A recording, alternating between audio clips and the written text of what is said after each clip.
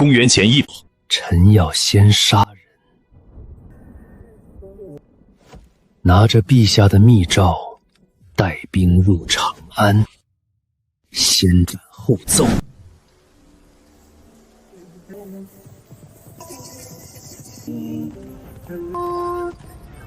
这场火今晚就断。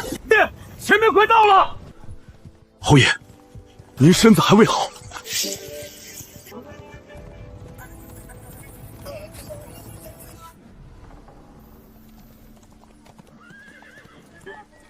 侯爷，前面就是太史令门客方士李少翁的秘密道场，再往前1里，则是侍郎江冲的私邸。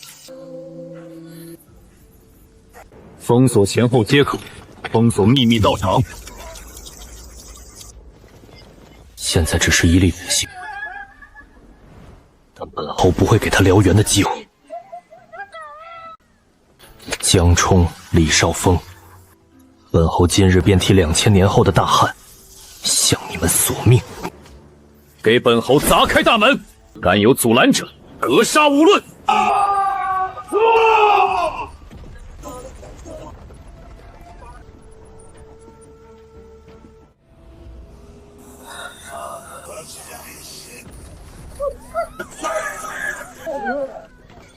何人胆敢夜闯关君侯？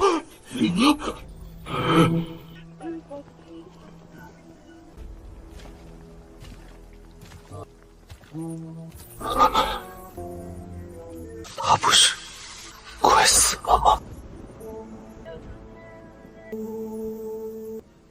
这里是朝廷命官与仙师清修之地，你无故带兵擅闯，形同谋反。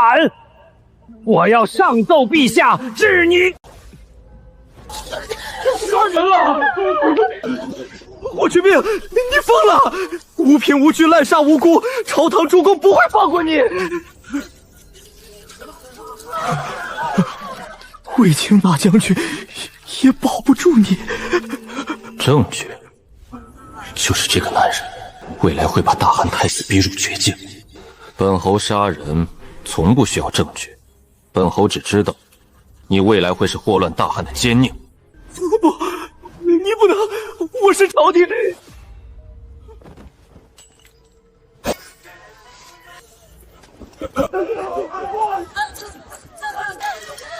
下一个，让开！朝中主公到！霍去病，你竟敢私调羽林卫，夜入长安，滥杀朝廷官员与修士！你眼里还有没有大汉律法？还有没有皇上？这是武将干政，图谋不轨！诸位大人，随本官拿下这个乱臣贼子！上奏者，诛他9族！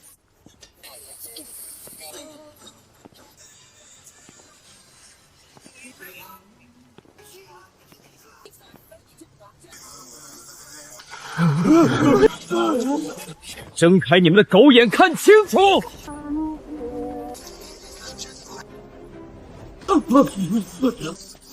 这是陛下御笔亲批，授本侯可先斩后奏，节制天下兵马之权。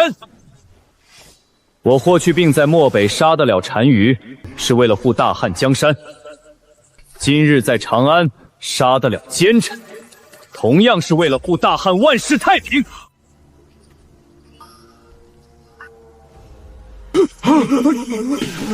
谁若不服，问问本侯手里的剑，答应不答应？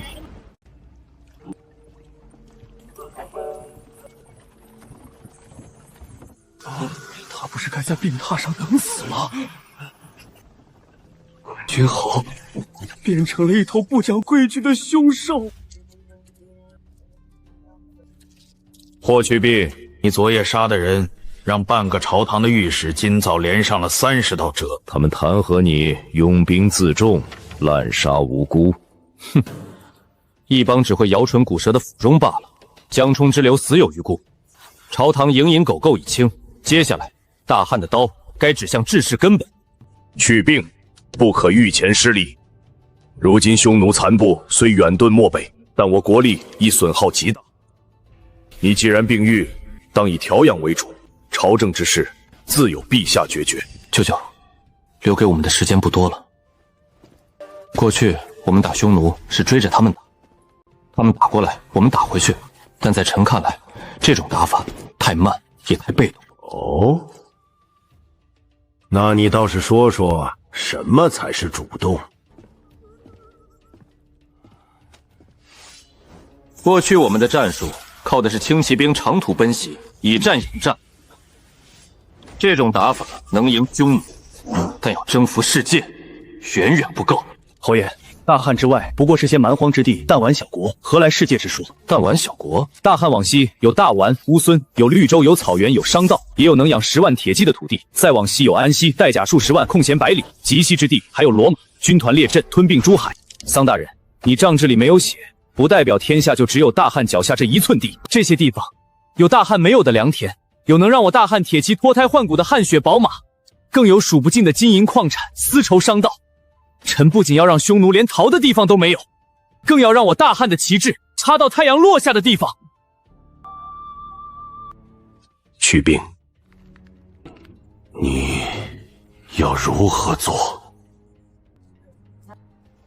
重整汉军，建立大汉第1支远征军军制。其一，建立轻骑侦察司与异域情报司。臣要极度重用张骞大人，以西域为跳板，刺探立国地图、兵力、语言、商道。打仗，情报先行，绝不盲目突进。其二，升级骑兵体系，不再是单一骑兵冲锋，而是重骑兵突击、轻骑兵袭扰、弩骑兵远程压制，改良马具、马鞍，推行更稳定的骑射训练。其三，组建工兵营，远征万里，逢山开路，遇水架桥。工兵营负责打造云梯、投石车、车弩，让大汉铁骑不仅能野战，更能攻坚摧城。其四，建立军医营，这也是最重要的一点。远征异域，将士们最大的敌人不是刀枪，而是水土不服、冻伤、瘟疫。军医营必须统一调配，制定严格的军中卫生和防疫条例。如此制成军，这便不再是一支单纯靠勇武冲锋的军队，它会让汉军从一支能打胜仗的兵马，变成一套能持续远征的战争体系。建远征军、工兵营、军医营，还要修万里驿站补给线，这需要多少钱粮？需要征发多少民夫？这一动，每年要多消耗整整几亿钱，百姓已经被炸得没有余粮了。侯爷若再如此穷兵黩武，不出3年，大汉内部民变四起，社稷不稳。去病，桑弘羊说的不是没有道理。臧大人，你会算钱，那你替本侯算一笔更长的账。若不打出去，匈奴休养10年20年，再南下劫掠，大汉要修多少长城，养多少边军，又要死多少边民，耗多少粮草，填多少将士性命。桑大人，你只算眼前的钱粮，却算不清百年国运。守是年年出钱，年年死人，年年提心吊胆；攻是现在痛一刀，把未来100年的账一起清掉。你担心国库空，那就把国库填满。异域百国的税赋、马匹、矿产、商道，都可以成为大汉未来的粮仓和钱袋。臣要打的不是无底洞，臣要打出一条让大汉越打越富、越走越远的路。异域百国，商道、马匹、矿产，万世基业。去病，那就依你的想法来，朕给你兵权。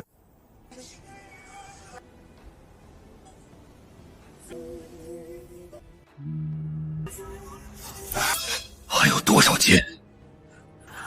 将军，那是匈奴残部的王旗。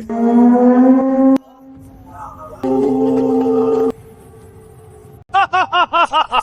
城里的汉狗听着，你们的皇帝已经被吓破胆了。你们那个号称战神的冠军侯霍去病，早在几个月前就病死了。大汉一直在瞒报死讯，你们最大的依仗已经成了一抔黄土，这座苍城就是孤坟。开城投降，交出粮草，本将还能留你们全尸。冠军侯不会死。放你娘的屁！冠军侯乃天人下凡，岂会轻易陨落？想夺苍城，拿你们的命来填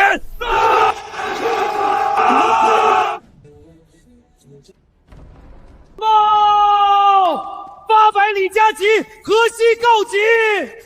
匈奴左谷离王纠集10万控剑之士，联合西域楼蛮、车支等边缘部落，扣边犯境。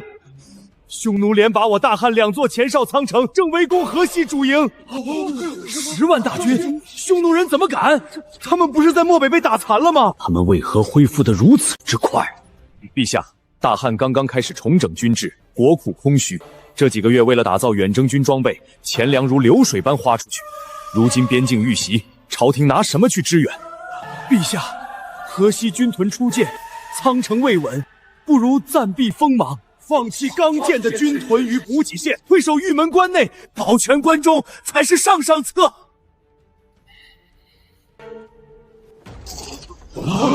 都给朕闭嘴！退守！大汉的字典里从没有退守2字。传朕旨意，立刻急召霍去病入宫。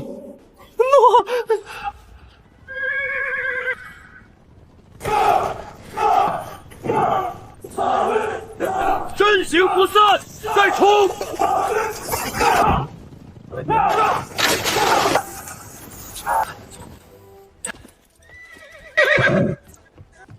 侯爷，成了，真的成了！有了这马镫和马鞍，兄弟们在马上如履平地。这哪里是骑兵，简直是一座座移动的钢铁堡垒。匈奴再多1倍，能直接碾碎。这还不够。远征万里，不仅要装备精良，更要军纪严明。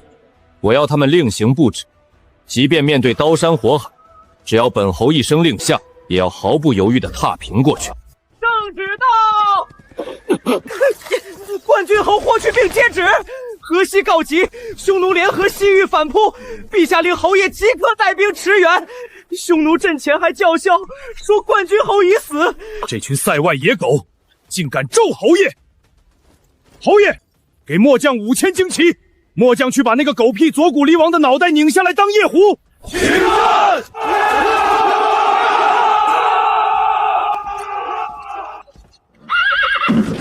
他们以为我死了，大汉就成了任人宰割的羔羊，那就让他们睁眼看看。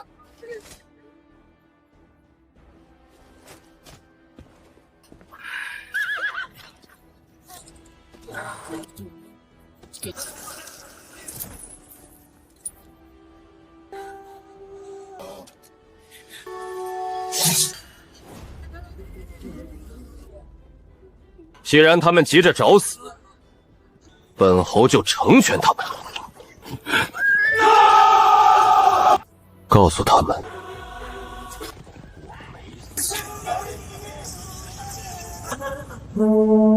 守住粮仓，等援军。大汉的援军还没到吗？回大王，据西域探子回报，汉朝皇帝确实派出援军，但只有3万骑兵，而且是从长安出发。3万？长安到河西数千里，就算他们长了翅膀也得1个月。等他们到了，整个河西早就是我们匈奴的牧场。大王英明，大汉冠军侯霍去病早已病死，如今汉军不过是一群失去狼王的年糕，只要大王用草原纵深拖住他们，不用打，饿都能把他们饿死在戈壁滩上。传令下去，今夜子时全军夜袭，天亮之前，本王要在苍城城墙上饮庆功酒。等天亮，这座苍城就是本王的。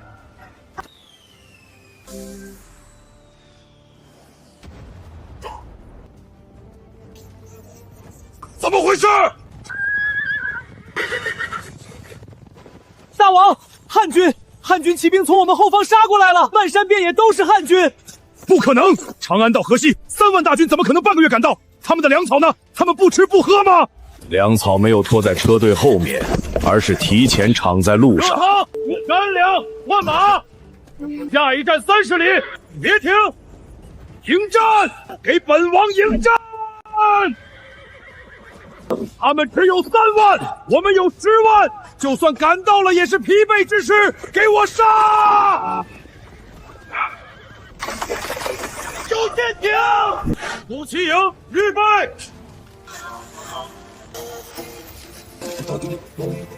放！散开！散开！这不是普通汉军。撤，往漠北方向撤退！去漠北！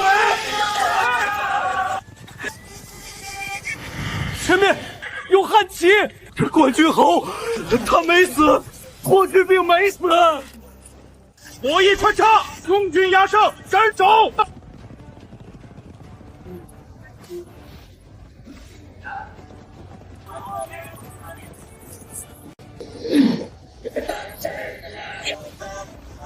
让开，扶本王出去！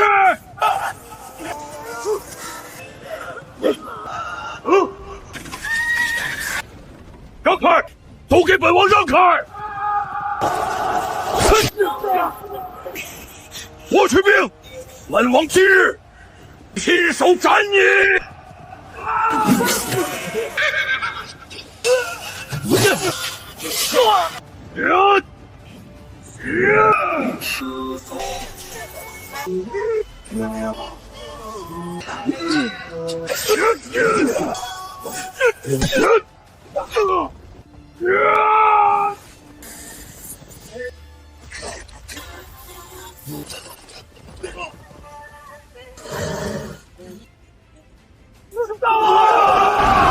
大王死了！逃啊，往西逃！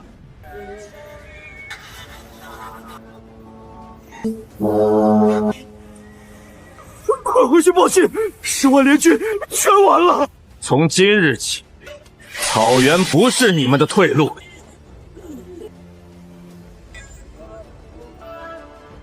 是大汉骑兵的猎场。侯爷，您在河西这一仗，把10万匈奴联军打到溃不成军，如今整个西域都已经吓破了胆儿。但我大汉在西域根基尚浅，那些小国国主虽然敬畏您的兵锋，私底下却仍在观望。他们习惯了在匈奴和大汉之间反复横跳，试图两头讨好，保全自身。西域这帮墙头草，若不给他们雷霆万钧的镇杀，迟早会在我远征圣安和罗马时，在背后捅大汉的刀的。原本的历史里，大汉耗费数代心血才几度得失这片土地，但我等不了那么久。西域不能是摇摆不定的缓冲地带，它必须是绝对臣服的大汉后方。张大人，本侯没闲工夫陪他们玩左右迎援的把戏，传令全军，明日拔营。既然他们不来跪拜，本侯就亲自带着大汉的刀去教教他们怎么做蜀国。诺。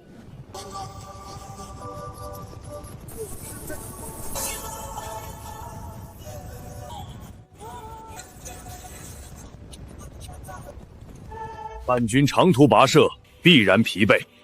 西域地形复杂，易守难攻。只要我们在碎叶峡谷设伏，便能挫一挫冠军侯锐气。只要让汉军吃一次亏，日后谈判咱们便有筹码。只要汉军的大旗进入伏击圈，立刻放滚石和毒箭。霍去病再神，也神不过西域的险刃。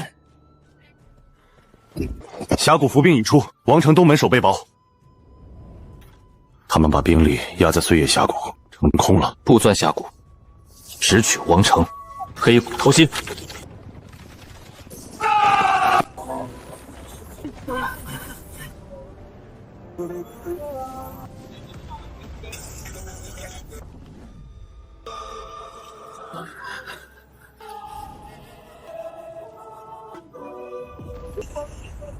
不好，那是王城的方向。汉军没进峡谷，快回王城，切开他们！汉军到处都是。吴奇营压制城头，众骑营给我踏平城门。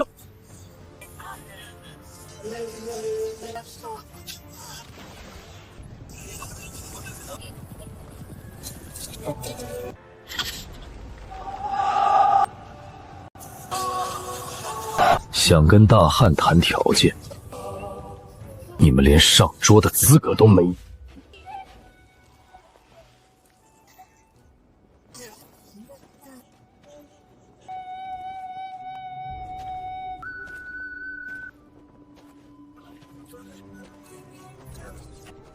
本侯来西域，不是来跟你们讲道理，而是立规矩。第一，开城纳贡；第二，通商让道。第三，谁敢在背后摇摆不定，开城纳贡者生，勾结匈奴者灭。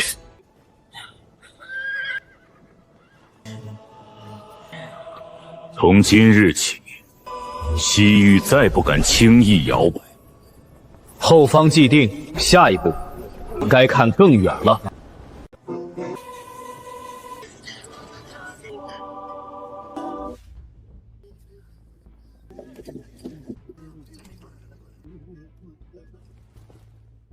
侯爷，您在看什么？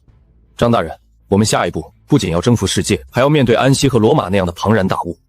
大汉现在的骑兵虽然有了高桥马丹和马钿，战术冠绝天下，但我们是草原马，论耐力尚可，但论爆发力、体型和绝对冲撞力差得太远。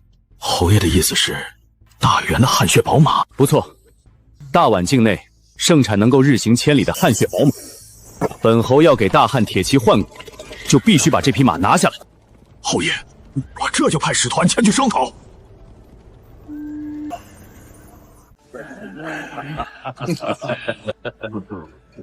大汉军威如日中天，西域诸国自当谨遵侯爷规矩。报，侯爷出事了！大破奴，咱们派去大宛的使团回来了。回来了便好。汗血宝马可曾带回？使团100名兄弟，全军覆没。大禹王非但不肯交出汗血马，还杀了咱们的大使。把人抬进来。上面写着什么？大元王说，大汉的战马只配给他们拉磨，大汉的将士不过是仗着人多的懦夫。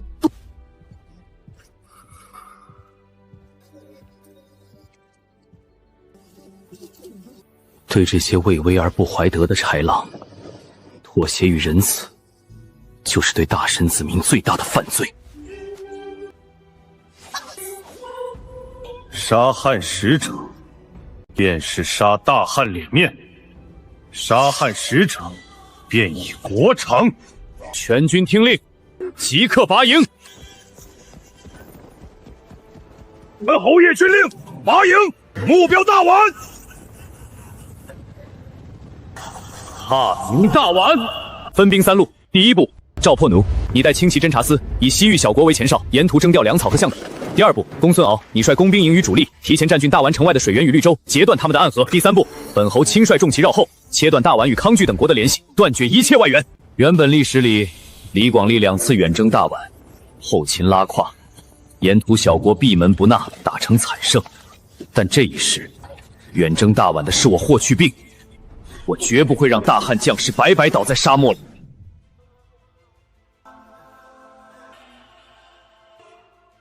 大王不必惊慌，20城墙高10余丈，汉人骑兵再厉害，难道还能骑着马飞上城墙不成？绝不能让他们靠近城墙。他们在推什么东西出来？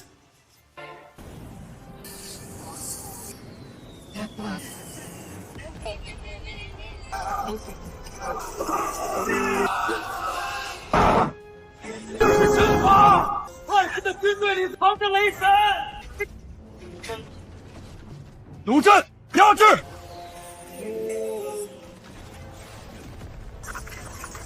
有些入凤，全部退后！点火！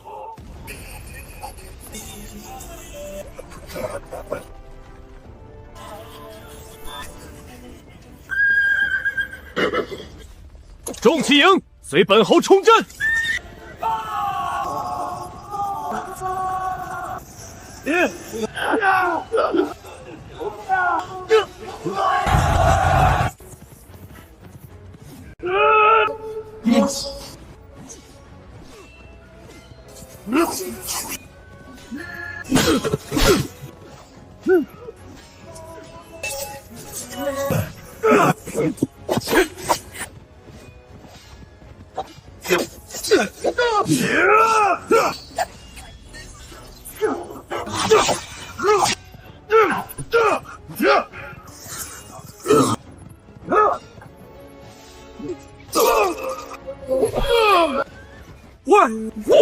城。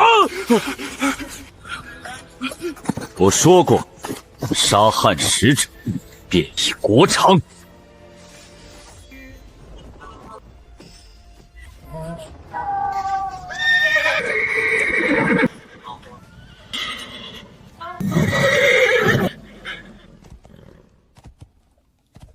汗血宝马。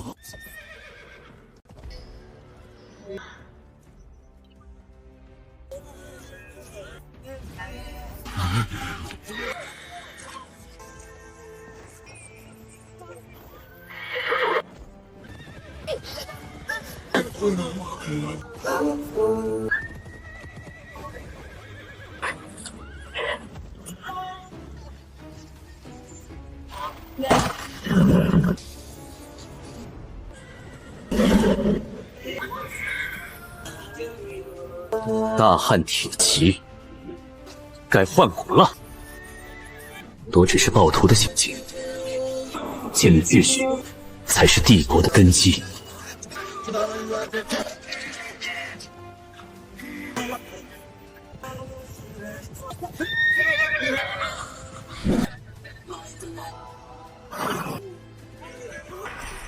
侯爷，您在看什么？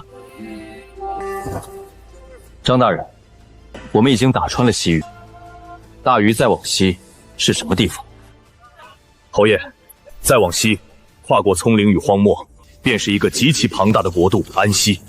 他们用数以万计的重骑兵与弓骑，疆域辽阔，贵族林立，那是一个真正的帝国。西方诸国皆敬畏其兵锋。安西，好一个帝国！那便让安西知道，大汉来了。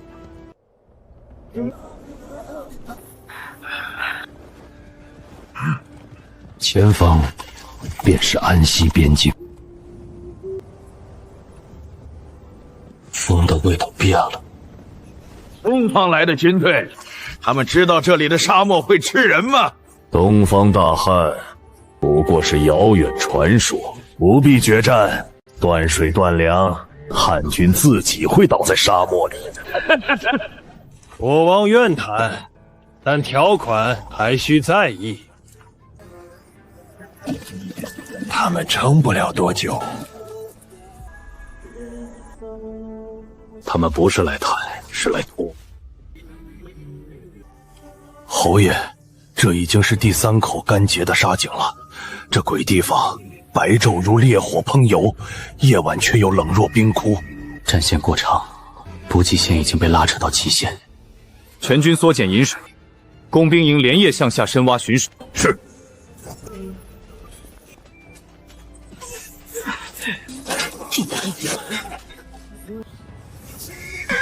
是赵将军的前锋。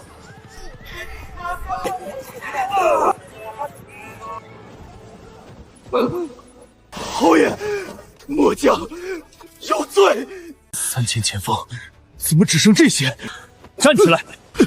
大汉的将军只配战死，不配跪着求饶。告诉本侯，3000精锐前锋，为何只剩这点人？你们遇到了什么？我们刚深入沙漠边缘，就被一群安沙弓骑盯上了。他们熟悉地形，绝不正面对战，只边退边射。末将以为他们和匈奴一样，只是轻骑袭扰，便下令弩骑压制，全军突击。他们让开了。地平线上突然升起了一堵铁墙，连人带马全包裹在青铜与金刚鳞甲里，像一座座移动的钢铁堡垒。我们的强弩远距离射过去，只能在他们铠甲上留下一个白印。那股冲击力摧枯拉朽，我们根本挡不住。不想死在这儿，就给我从侧翼杀出去！若不是末将拼死从侧翼杀出一条血路，3000兄弟就全交代在沙漠里了。强弩竟射不穿，这需要何等国力、冶炼术和战马承重能力。安西帝国的铁甲圣骑，西方人口中的重装骑兵，他们曾用装甲与骑射，让罗马最精锐的7个军团在卡莱战役中覆没。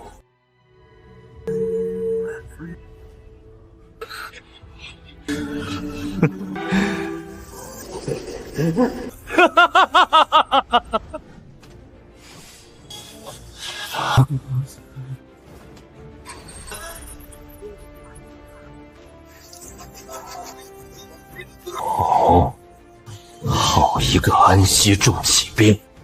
本侯一路砍瓜切菜，大汉的刀都快要生锈了。末将愿再战。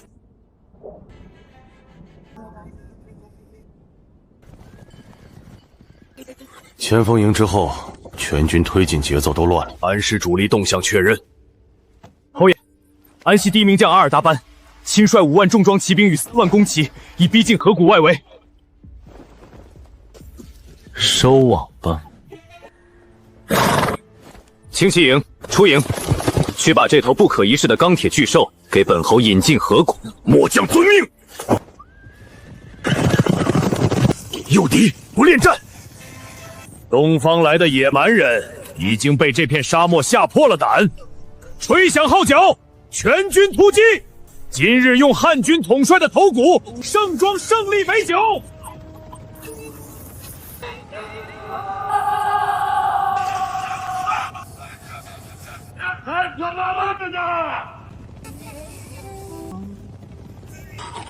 怎么回事？停下！弩战，给本侯射穿这层铁王八壳子！放！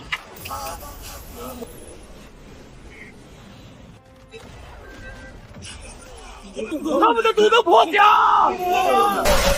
不要乱，举盾验战！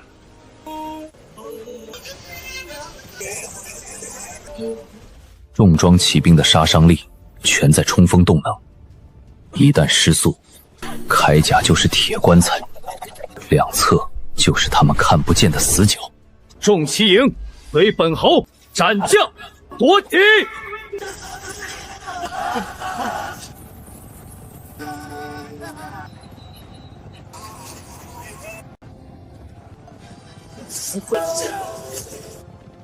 一娘！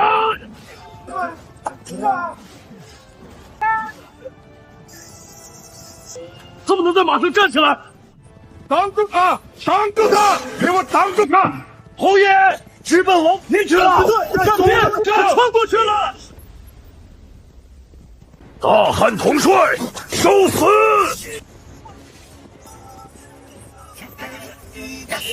侯爷，东方小儿，你也会流血！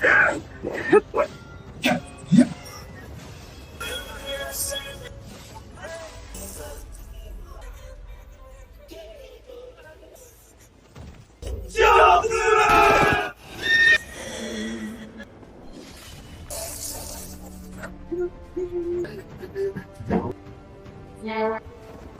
南西王旗已倒，主将已死。侯爷，安西的铁骑神话碎了。安西的神话破了，大汉的远征才刚刚开始。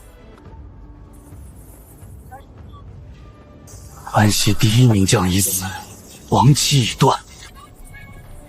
两河归路开了。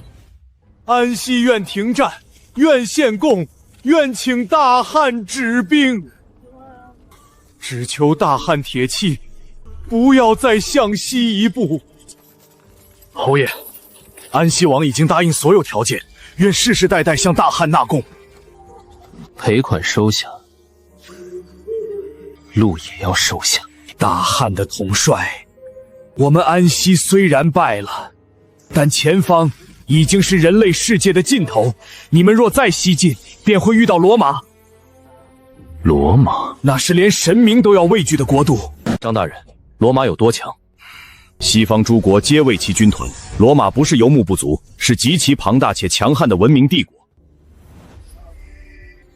那正好，大汉也需要一个够硬的敌人。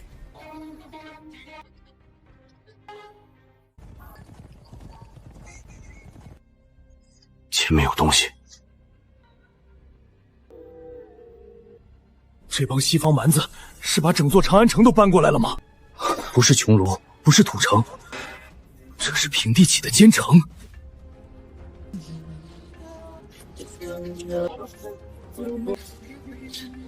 这不是临时扎营，这是把军阀钉进了地。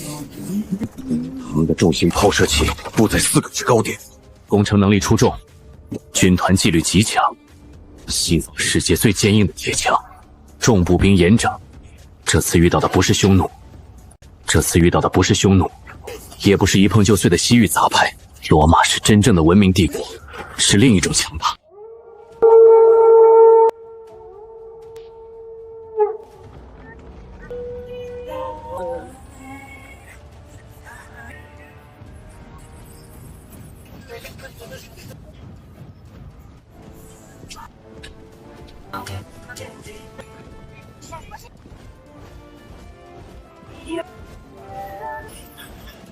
我们用战！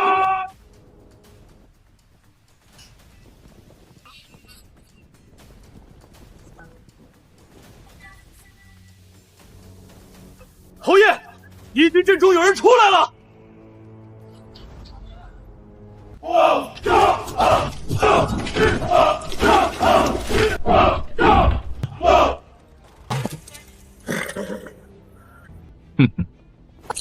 侯爷，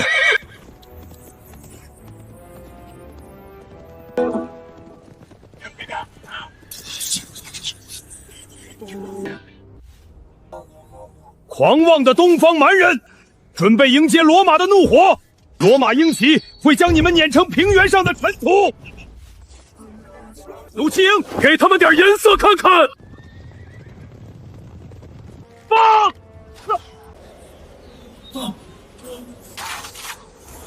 出马！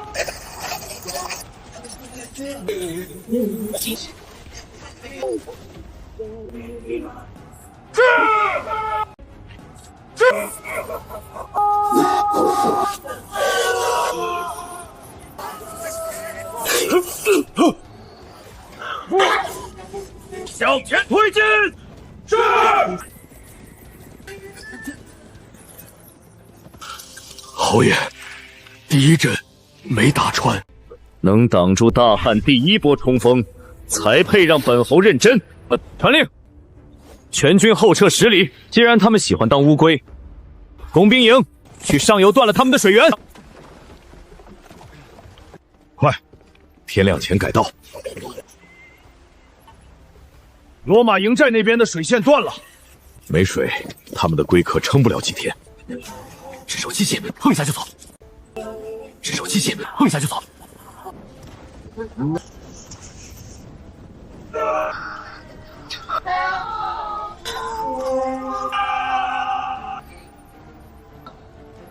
这没有水了，别近身，吊着他们！不能再这样下去！汉人想把我们活活磕死！全军离开营寨，随我出击，抢水！侯爷，他们出来了！乌龟终于肯把头伸出来，追上他们，抢回水源！恶弩就位，恶弩就位！放！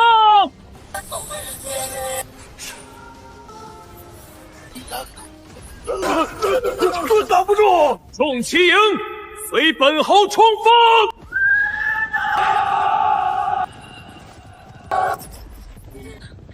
撕开他们！不要停！切开他们！西方无敌军团被困住了。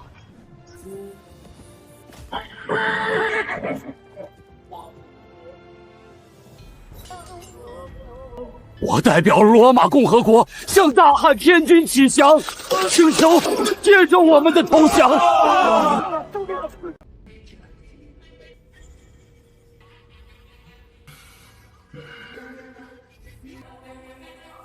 这远征3个月了，不能再拖。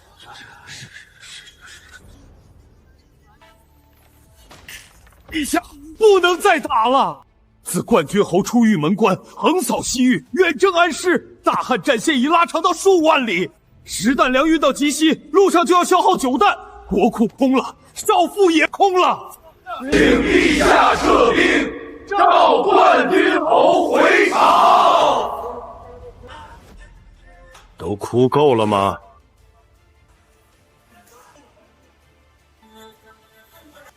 陛下，安西罗马远在天边，不过化外蛮夷无用之地。冠军侯在外拥兵数10万，如今执意与罗马开战，是拿大汉100年国运填他一人军功。恳请陛下下12道金牌，急召冠军侯班师回朝。去病，你可一定要赢！化外蛮夷，无用之地。你们这群坐在长安城里靠算盘和笔杆子谋国的腐儒，懂什么叫天下？那里有2河千里沃野，有黄金矿脉，有让我大汉铁骑纵横天下的汗血宝马，那是大汉未来100年的国本。陛下，即便那里遍地黄金，可远征的账不是这么算的呀！如今前方战局未明，罗马大军压境，若冠军侯在极西吃了败仗，连带西域也会瞬间倒戈，这风险大汉承担不起呀！红缨齐放！极西之地，红缨齐放！大捷，皇室大捷！冠军侯于极西平原，以车弩阵撕裂敌军，随后亲率大汉重骑兵斩将夺旗，罗马第1军团数万重步兵被全歼。第1军团数万重步兵被全歼。去兵，赢得漂亮。刚才谁说得其地不可耕，得其民不可使？刚才谁让朕下12道金牌，召冠军侯回朝？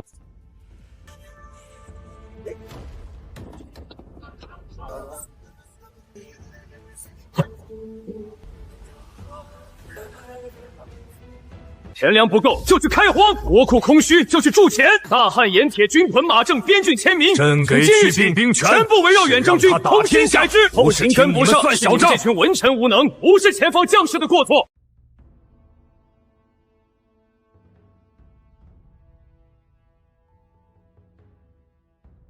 就是极西来的王公。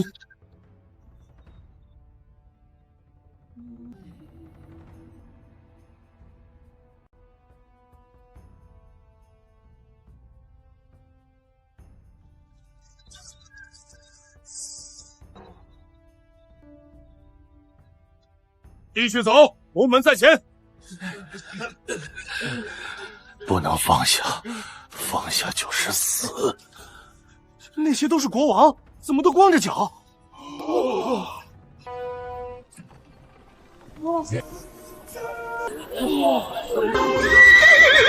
快看，那马脖子里竟像在流血，那是汗血宝马，冠军侯从极西夫夺回来的。这不是进贡，这是把西方国库拉来的。这座城比元老院想象的大太多。地中海不是世界中心。大汉能远征万里，全歼第1军团，不是侥幸。宣万国使节觐见。入殿跪行。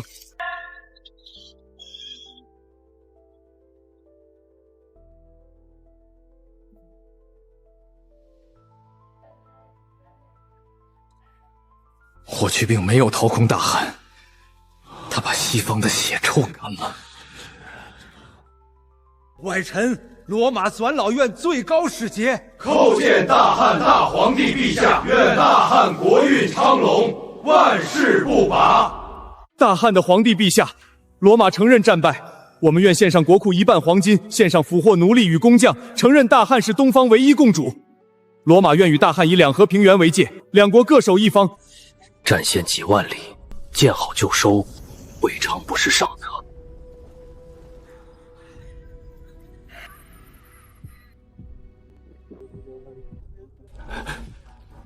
那个人就是冠军侯。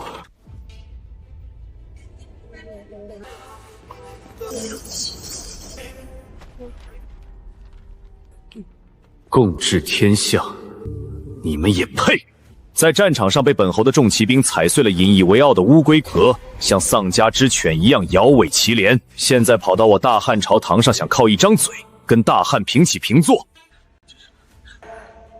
霍去病，罗马人说天下太大，一国吞不下，你说呢？陛下，妥协换来的太平，只会让后人一代代跪下去。回去告诉你们的国王和元老院，要么臣服，要么等大汉铁骑亲自登门。又是一车安息白银，大汉真成天下共主了！这辈子没见过这么硬气的大汉。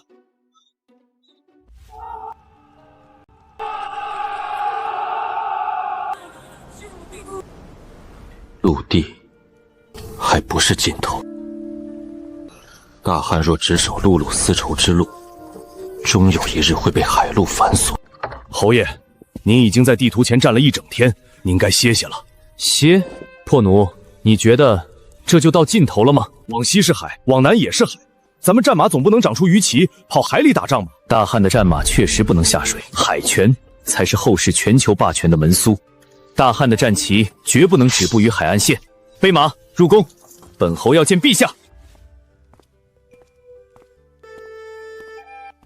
陛下，臣今日入宫是来向陛下要钱、要人、要兵的。你还要打谁？匈奴散兵？不，臣要开海。天下之大，陆地不过3成，剩下7成皆是汪洋。大汉若只守陆路，便永远少了一只手。南越残部、闽越海盗、东欧流民，至今仍扰我东南海疆。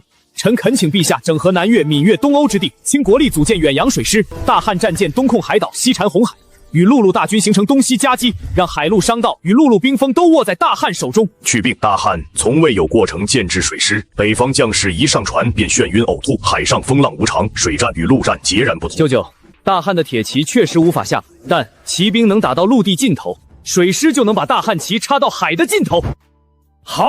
好一个把大汉旗抽到海的尽头！朕将南方4郡的水源、木材、钱粮、工匠全交给你，朕任你为大汉楼筹大都督，统领第1支远洋水师，谁敢阻拦，杀无赦！分仓木板抬上去，沥青峰跟上，动作麻利点儿。这么早，破一处也不至于全船入水。车弩锁死，侯氏继续转。首领，听说霍去病来南方了，还说要造大船打我们。北方蛮子懂什么水战？把马全扔进海里也翻不起浪花。把战船开到珠江口，用冲脚撞碎他们的破木筏。大汉汉鱼子敢来，就撞碎他们。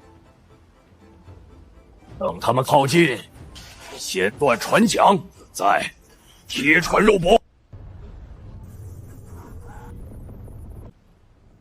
那是山吗？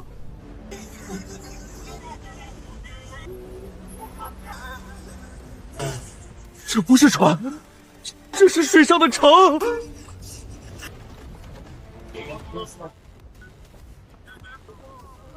这帮蠢货，还真以为大汉水师是拿刀剑在甲板上肉搏吗？工兵营，重弩投石，同时齐射。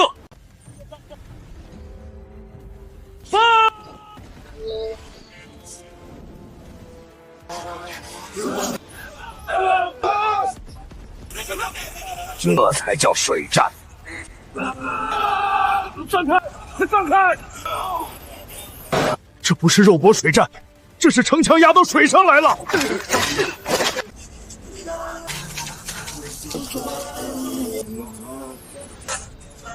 他们的弩比城墙上的还大，水浇不灭。不可能！汉人的大船怎么没被风浪掀法？这种烂木板也想挡住大汉下海的脚印，连让大汉将士拔刀的资格都没有。传令，引过去。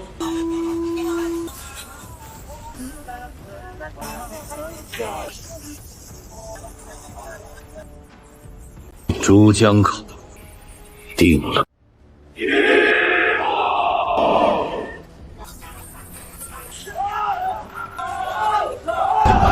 陛下有令，所有木材、征铁、匠人优先送给楼船大都督。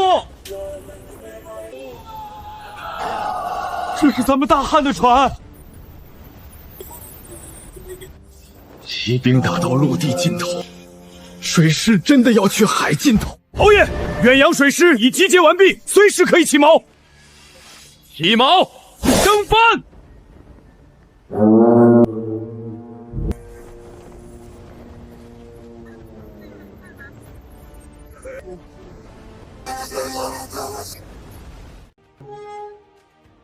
此处设海上都县府伏节点，供远洋舰队转运。大汉，一城大汉内湖。